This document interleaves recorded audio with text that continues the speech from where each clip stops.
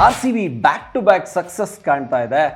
ಮೊದಲ ಪಂದ್ಯದಿಂದಾನೇ ಗೆಲುವಿನ ಲಯದಲ್ಲಿದೆ R C B ಗೆಲುವಿನ ಲಯದ ಬಗ್ಗೆ ಎಲ್ಲರೂ ಮಾತಾಡ್ತಾ ಇದ್ದಾರೆ. ಆದರೆ ಇದರ ಹಿಂದಿರುವಂತಹ ನಿಜವಾದ ಸೂತ್ರಧಾರ ಯಾರು ಅಂತ ಕೆಲವರು ಚರ್ಚೆ ಮಾಡ್ತಾ ಇದ್ದಾರೆ.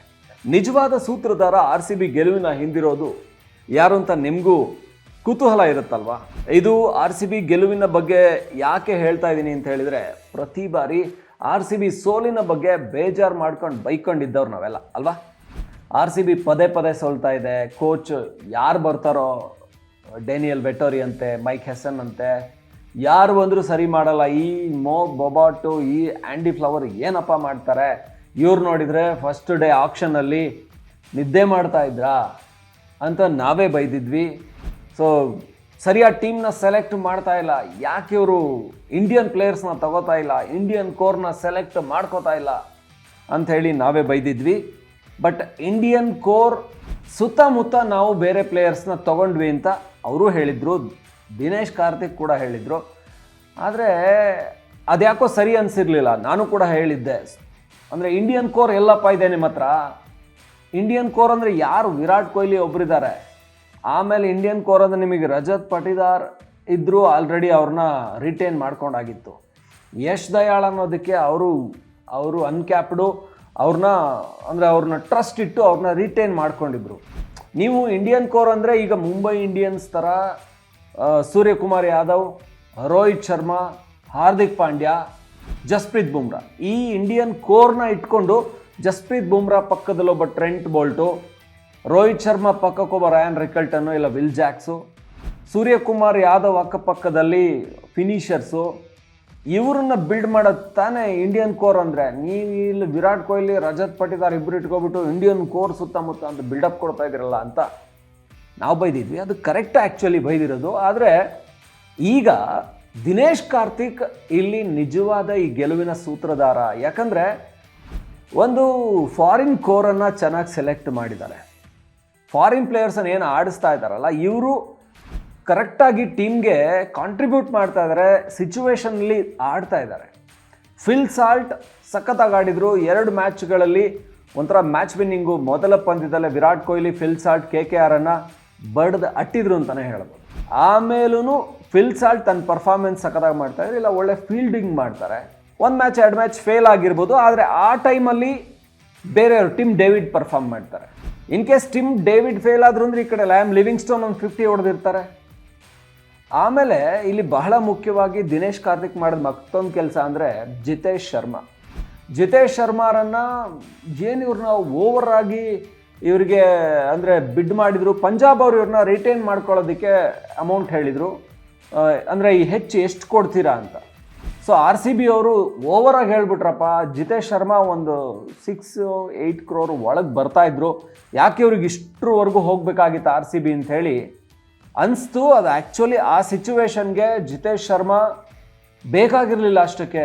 ಏನಂತ ಅದ್ಭುತ ಪ್ಲೇಯರು, ಏನು ಇಂಡಿಯನ್ ಟೀಮಲ್ಲಿ ಆಡಿದಾರಾ ಅಥವಾ ಫಾರಿನ್ ಲೋಗ್ ಆಡಿದಾರಾ, ಅಥವಾ ಇವರಿಗೆ ಏನೋ ಪಂಜಾಬ್ ಜೊತೆ ಒಂದಷ್ಟು ಎಕ್ಸ್ಪೀರಿಯನ್ಸ್ ಇದೆ, ಜೊತೆಗೆ ವಿಕೆಟ್ ಕೀಪಿಂಗ್ ಎಬಿಲಿಟಿ ಇದೆ. ಫಿಲ್ ಸಾಲ್ಟನ್ನು ತೊಗೊಂಡಿದ್ದಾರಲ್ಲ, ಜಿತೇಶ್ ಶರ್ಮಾಗೆ ಯಾಕಷ್ಟು ಇನ್ವೆಸ್ಟ್ ಮಾಡಬೇಕಾಗಿತ್ತು ಅನ್ನೋ ಕ್ವಶನ್ ಕೂಡ ಬಂತು. ಅದನ್ನು ನಾವು ಕೂಡ ಕೇಳಿದ್ವಿ, ಜಿತೇಶ್ ಶರ್ಮಾಗೆ ಯಾಕಷ್ಟು ಎಷ್ಟು 10 ಕೋಟಿ ಹಿಂಗೆ ಹೋಗಬೇಕಾಗಿತ್ತು 11 ಕೋಟಿ ಅಂತ. ಆದರೆ ಜಿತೇಶ್ ಶರ್ಮಾ ಇವಾಗ ತೊಗೊಂಡಿದ್ದು ವರ್ತ್ ಅಂತ ಅನ್ನಿಸ್ತಾ ಇದೆ. ಯಾಕೆಂದರೆ ದಿನೇಶ್ ಕಾರ್ತಿಕ್ ನನಗೆ ಕಾನ್ಫಿಡೆನ್ಸ್ ಕೊಟ್ಟರು, ನೀನು ಹೆಂಗೆ ಬೇಕಾದರೂ ಆಡು, ಸೊ ನೀನು ನಿನ್ನೊಳಗೇನಿದೆ ಅದನ್ನು ಎಕ್ಸ್ಪ್ರೆಸ್ ಮಾಡು ಅಂತ. ನೋಡಿ, ಆ ಸಿಚುವೇಷನಲ್ಲಿ ಜಸ್ಪ್ರೀತ್ ಬುಮ್ರಾ ತರಹದ ಒಬ್ಬ ವರ್ಲ್ಡ್ ಕ್ಲಾಸ್ ಬೌಲರ್ಗೇನೆ 6 ಹಿಟ್ಟಿಂಗ್ ಎಬಿಲಿಟಿ ಇದೆ ಅಂದರೆ ಫಿಯರ್ಲೆಸ್ ಆಗಿ ಆಡ್ತಾರೆ ಅಂತ ಹೇಳಿದರೆ, ಇದು ಬ್ಯಾಟಿಂಗ್ ಕೋಚ್ ಆದಂಥ ಒಂಥರ ಮೆಂಟರ್ ರೀತಿ ಇರುವಂಥ Dinesh Karthik, mentor batting coach, ಇವ್ರು ಕೊಡ್ತಾ ಇರುವಂಥ ಒಂದು ಕಾನ್ಫಿಡೆನ್ಸು. ಹಾಗೆಯೇ ಅವ್ರ ಟೀಮ್ನ ಸೆಲೆಕ್ಟ್ ಮಾಡ್ಕೊಳ್ಳುವಾಗಲೇ ಹೇಳಿದ್ರು, ಲ್ಯಾಮ್ ಲಿವಿಂಗ್ಸ್ಟೋನ್ ಅವ್ರ ಬಗ್ಗೆ ಮಾತಾಡಿದರು, ಇಂಥ ಒಬ್ಬ ಬ್ಯಾಟ್ಸ್ಮನ್ ಬೇಕು, ಮಿಡ್ಲ್ ಆರ್ಡ್ರಿಗೆ ಸಿಕ್ಕಾಪಟ್ಟೆ ಸಪೋರ್ಟಿವ್, ಜೊತೆಗೆ ಅವ್ರೊಂದು 2 ಓವರ್ ಬೌಲ್ ಮಾಡ್ತಾರೆ. 2 ಓವರ್ ಬದಲು ಅವ್ರು 4 ಓವರ್ ಬೌಲ್ ಮಾಡುವಂಥ ಎಬಿಲಿಟಿನ ತೋರಿಸಿದ್ರು. 4 ಓವರ್ ಹಾಕಿ 2 ವಿಕೆಟ್ ಕೂಡ ತಗೊಂಡ್ರು. ತಂಡಕ್ಕೆ ಯಾವಾಗ ಬೇಕು ಆವಾಗ ಸಪೋರ್ಟ್ ಆಗುವಂಥ ಈ ಒಂದು ಕೋರನ್ನು ಸೆಲೆಕ್ಟ್ ಮಾಡ್ಕೊಂಡಿದ್ದಾರೆ. ಇದರ ಹಿಂದೆ ಇದ್ದಿದ್ದು ದಿನೇಶ್ ಕಾರ್ತಿಕ್. ನಾನು ಕೂಡ ಒಂದಷ್ಟು ಇದರ ಬಗ್ಗೆ ಕಮೆಂಟ್ ಮಾಡಿದ್ದೆ. ಅಂದರೆ ಇವರು ಸೆಲೆಕ್ಟ್ ಮಾಡ್ಕೊಂಡಾಗ ಇಂಡಿಯನ್ ಪ್ಲೇಯರ್ಸನ್ನು ಯಾಕೆ ತಗೊಳ್ಳಿಲ್ಲ ಅಂತ, ಇಂಡಿಯನ್ಸ್ ತೊಗೊಂಡಿದ್ದರೆ ಇನ್ನೂ ಚೆನ್ನಾಗಿರೋದು ಅಂತ ಈಗಲೂ ಹೇಳ್ತೀನಿ. ಇಲ್ಲಿ ಇವರು ಎಷ್ಟರ ಮಟ್ಟಿಗೆ ಮೆಗಾ ಆಕ್ಷನ್ ಟೈಮಲ್ಲಿ ರಿಪೀಟೆಡ್ ಆಗಿ ಓವರ್ ನೈಟ್ ಕೆಲಸ ಮಾಡಿದ್ರು ಅಂದರೆ, ಇವನ್ ಫ್ಲೈಟಲ್ಲಿ ಹೋಗ್ತಾ ಕೂಡ ಫ್ಲೈಟಲ್ಲೂ ಡಿಸ್ಕಸ್ ಮಾಡ್ತಾಯಿದ್ರು. ಸೊ ಆಕ್ಷನಲ್ಲಿ ಈ ರೌಂಡಲ್ಲಿ ಇವ್ರು ಬಂದರೆ ಅವ್ರನ್ನ ಇವ್ರು ಪಿಕ್ ಮಾಡಿದರೆ ನಾವು ಯಾರನ್ನ ಪಿಕ್ ಮಾಡಬೇಕು, ಇವ್ರ ಬದಲು ಈಗ ಒಬ್ಬ ಪ್ಲೇಯರ್ ಮೇಲೆ ಟಾರ್ಗೆಟ್ ಮಾಡಿದರೆ, ಒಬ್ಬ ಕೀಪರ್ ಮೇಲೆ ಟಾರ್ಗೆಟ್ ಮಾಡಿದರೆ ಅವ್ರು ಸಿಗಲಿಲ್ಲ ಅಂದರೆ ಇನ್ನೊಬ್ರಿಗೆ ಹೇಗೆ ಆಕ್ಷನಲ್ಲಿ ನಾವು ರೆಡಿ ಇರಬೇಕು ಅಂಥೇಳಿ ತುಂಬ ಸಾರಿ ಆಕ್ಷನ್ನ ರೀಪ್ಲೇ ಮಾಡಿ ಒಂದಷ್ಟು ಪ್ರಯತ್ನಗಳನ್ನು ಮಾಡಿದರು. ಸೊ ಆ ರೀತಿಯ ಟ್ರಯಲ್ಸ್ ಮಾಡಿ ಆಕ್ಷನನ್ನು ಅಲ್ಲಿ ಹೋಗಿ ಈ ಪ್ಲೇಯರ್ಸನ್ನು ಪಿಕ್ ಮಾಡಿದ್ದು. ಎಸ್ಪೆಷಲಿ ಮಿಡ್ಲ್ ಆರ್ಡ್ರಲ್ಲಿ ಲ್ಯಾಮ್ ಲಿವಿಂಗ್ಸ್ಟೋನ್ ಯಾವ ಟೈಮಲ್ಲಿ ಬೇಕಾದರೂ ಅವ್ರ ಟೀಮ್ಗೆ ಆಧಾರವಾಗ್ತಾರೆ. ಅಂದರೆ ಬೇಕು ಅಂದಾಗ ಟೀಮ್ಗೆ, ಈಗ ನೆನ್ನೆ ಮ್ಯಾಚಲ್ಲಿ ಆಡದೇ ಇರ್ಬೋದು, ಹಿಂದಿನ ಮ್ಯಾಚ್ ಗೆಲ್ಲೋದಕ್ಕೆ ಅವರೇ ಕಾರಣ ಅಂತ ಅನ್ಬೋದು. ಅಂದರೆ ಇದರ ಹಿಂದಿನ ಮ್ಯಾಚ್, ಸೆಕೆಂಡ್ ಮ್ಯಾಚ್ ಗೆಲ್ಲೋದಕ್ಕೆ ಕಾರಣ ಅನ್ಬೋದು. ಅದ್ರ ನಂತರದ ನೋಡಿ, ಕೃಣಾಲ್ ಪಾಂಡ್ಯ ಅವ್ರನ್ನ ತೊಗೊಂಡಿದ್ದಾಗಿರ್ಬೋದು. ಈ ಥರದ ಪಿಕ್ಗಳನ್ನು ಮಾಡುವ ವಿಚಾರದಲ್ಲಿ ದಿನೇಶ್ ಕಾರ್ತಿಕ್ ತುಂಬ ಪಟ್ಟು ಹಿಡಿದು ಕೆಲಸ ಮಾಡಿದ್ದಾರೆ. ಇವರೇ ಬೇಕು ಟೀಮ್ಗೆ.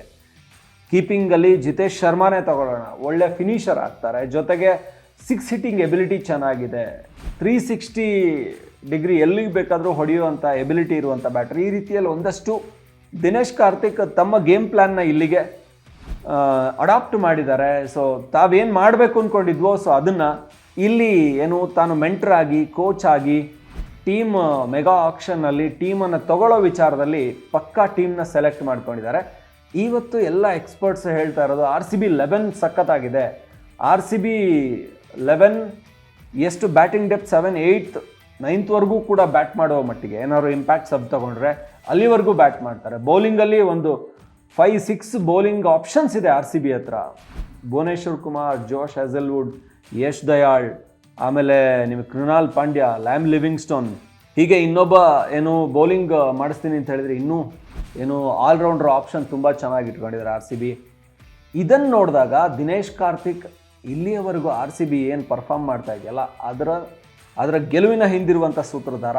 ಆ್ಯಂಡಿ ಫ್ಲವರ್ ಟೀಮ್ನ ಹೆಡ್ ಕೋಚ್ ಆಗಿ ಎಲ್ಲರನ್ನೂ ಕೂಡ ಗೈಡ್ ಮಾಡ್ತಾರೆ, ಎಲ್ರಿಗೂ ಒಂದಷ್ಟು ಸಜೆಷನ್ಸ್ ಕೊಡ್ತಾರೆ, ಇದೆಲ್ಲ ಮಾಡ್ತಾರೆ. ಆದರೆ ಒಬ್ಬ ಮೆಂಟರ್ ಆಗಿ, ಬ್ಯಾಟಿಂಗ್ ಕೋಚ್ ಆಗಿ,